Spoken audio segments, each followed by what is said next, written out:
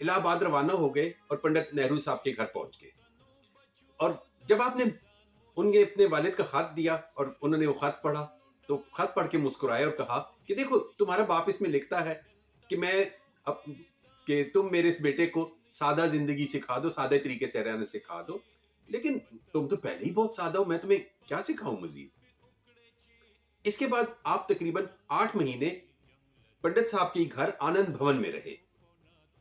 جب انگریزی سرکار نے پنڈت صاحب کو گرفتار کر لیا تو انہوں نے آپ کو اپنی بیٹی اندرا گاندھی کے ساتھ رابندر ناتھ ٹیگور کے قائم کردہ ادارے شانتی نکیتن میں تعلیم حاصل کرنے کے لیے بھیج دیا.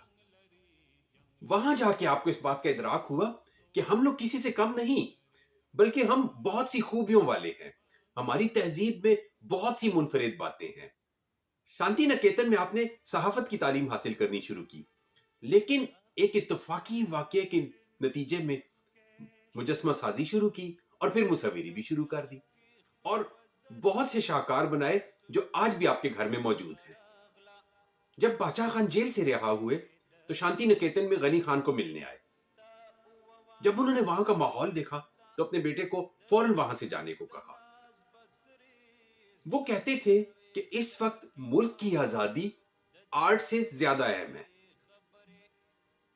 چنانچہ آپ وہاں سے چلے گئے اور گورکھ ناتھ شوگر ملز واقعہ گولا نزد سیتا پور میں کام شروع کیا اور ترقی کر کے وہاں چیف کیمسٹ ہو گئے. 1940 میں آپ فرنٹیئر شوگر ملز تختبائی میں ملازم ہو گئے اور تقریباً 3 سال وہاں رہے.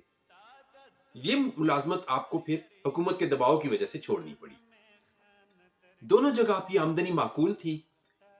اسی دور میں آپ نے اتمانزئی کے نواح میں واقع مامون ناڑی میں اپنا مکان دارالامان کے نام سے بنایا. ملازمت ختم ہونے کے بعد آپ میدان سیاست میں آ گئے اور تقسیم سے پہلے مرکزی اسمبلی کے ممبر منتخب ہوئے. وہاں آپ دیگر باتوں کے علاوہ قبائلی علاقوں کے مسائل کی طرف نشاندہی کرتے رہے. تقسیم کے وقت آپ نے زلمہ پختون کے نام سے ایک تنظیم بنائی جس کا مقصد فسادات میں غیر مسلم لوگوں کی حفاظت کو یقینی بنانا تھا. اس کام کے لیے آپ نے سب رضاکاروں کو اپنے پاس ہتھیار رکھنے کا بھی کہا. اس تنظیم کے مقابلے میں مسلم لیگ والوں نے اپنی تنظیم غازی پختون کے نام سے بنا لی. جب باچا خان کو اس سارے معاملے کی خبر ہوئی تو انہوں نے اپنے بیٹے کو سخت سرزنش کی کیونکہ اس سے ایک مسلح تصادم کا چانس پیدا ہو گیا تھا جو باچا خان کے پرامن جدوجہد والے رستے کے خلاف تھا. چنانچہ غنی خان نے یہ تنظیم ختم کر دی لیکن ایسے دل برداشتہ ہوئے کہ ہر طرح کی سیاسی سرگرمیوں سے الگ ہو گئے اور پھر کبھی ان میں حصہ نہیں لیا. 1948 میں سانحہ بابھڑا کے بعد آپ کو بھی گرفتار کر لیا گیا اور آپ 6 سال جیل میں رہے. اس دور میں آپ نے اپنی شاعری کی کتاب دا پنجرے چغار یعنی پنجرے کی چنگھاڑ لکھی. رہائی کے بعد آپ کا زیادہ عرصہ گوشہ نشینی میں گزرا. ایک لمبا عرصہ میڈیا نے آپ کا بلیک آؤٹ کیے رکھا. کئی دفعہ آپ کی کتب پر پابندی لگی. آپ کی شاعری کی کتب بھی کابل سے شائع ہوئی. اس سارے سلوک کے باوجود آپ کے دروازے ہر ایک کے لیے ہمیشہ کھلے رہتے تھے. آپ کا زیادہ تر وقت مطالعہ، تحقیق اور لکھنے میں گزرتا تھا. ساتھ مصوری اور سنگ تراشی کا سلسلہ بھی چلتا رہا. حکومت پاکستان نے 1980 میں آپ کو ستارہ امتیاز سے نوازا اور اس کے بعد میڈیا کی پابندیاں بھی نرم ہوئی.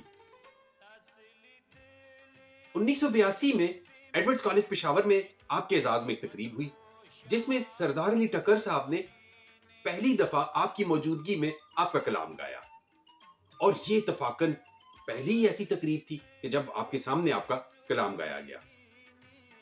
تو ٹکر صاحب بتاتے ہیں کہ جب میں ان کا کلام گا رہا تھا تو غنی خان صاحب پر ایک وجد کی سی کیفیت طاری ہو گئی تھی. اس کے بعد غنی خان اور ٹکر ایک دوسرے کے لیے لازم و ملزوم ہو گئے. ٹکر صاحب کہا کرتے ہیں کہ اللہ تعالیٰ نے ہمیں ایک دوسرے کے لیے پیدا کیا تھا. گو بعد میں اور بھی بہت سے لوگوں نے آپ کا کلام گایا لیکن ٹکر صاحب آج بھی اس سلسلے میں ایک منفرد مقام رکھتے ہیں. آخری عمر میں گرنے کی وجہ سے آپ کی ٹانگ ٹوٹ گئی اور آپ ویل چیئر تک محدود ہو گئے.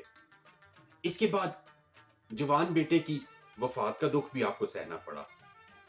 آپ کی بیوی روشن یہ غم برداشت نہ کر سکیں اور کچھ عرصے بعد ان کا بھی انتقال ہو گیا.